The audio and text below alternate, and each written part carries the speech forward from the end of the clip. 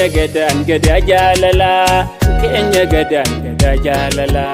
Wano biko moti jalala, jala juni sumarra tola. Kenya gadan gada jalala, Kenya gadan gada jalala. Wano biko moti jalala, jala juni sumarra tola.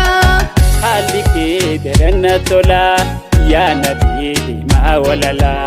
Ole bule morma ke jala, ufe deramba hujalala. Situna moe kalbi ko niru, bona oromo sanyi ko tiru. Oto chifte ani simbira, kilen sayabe nupasibira. Jalala onye tiptawa, nata be edu shawa. Suma bandu fewa no bibari, andura biya dishagari.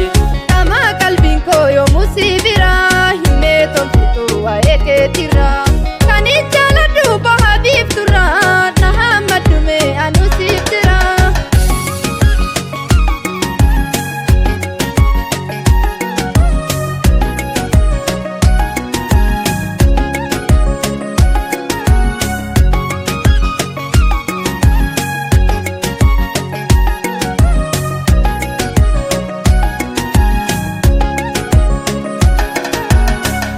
Jalala gupuma tola, karabin jede inafosela. Anoromo da tisoromo, wano biko nualin tola. Kesana buste bor jalala, dake tumba matuna mala. Rate tumbulu ta etimbula, sobe dadabe gara jalala. Yokan kupada jehangkate, otokan jalan yedabamte. Dukuni nabdu barwan jalate, kera gada namogafamte. Sabuna ramo ilma pagada, enyumanke anafuada. Burkan jalala uneramada, yago pare dumfureda. Ya filano tiya tendura, kotu kupadu nekotura. Samsat mi jalala la peke tira, kalbi ko pute harta genjira. Na febi poni davidiga, atu sabona nusibraga. Yago taroro pinjil bifane, pada saketi lukusi kane.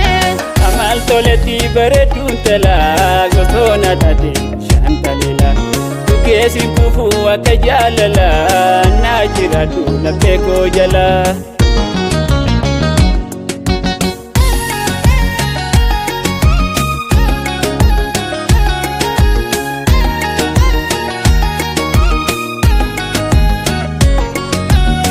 Kan kamnu oromo jala, sirna himbare dure jalala, nakaya dume shuruba jala. Bona oromo kali daini, jalalti duga inga bukani, akan si jalu nafavekani. Jolu mara wali kene kena jalala wali kenine, tutte bulte tani moboine.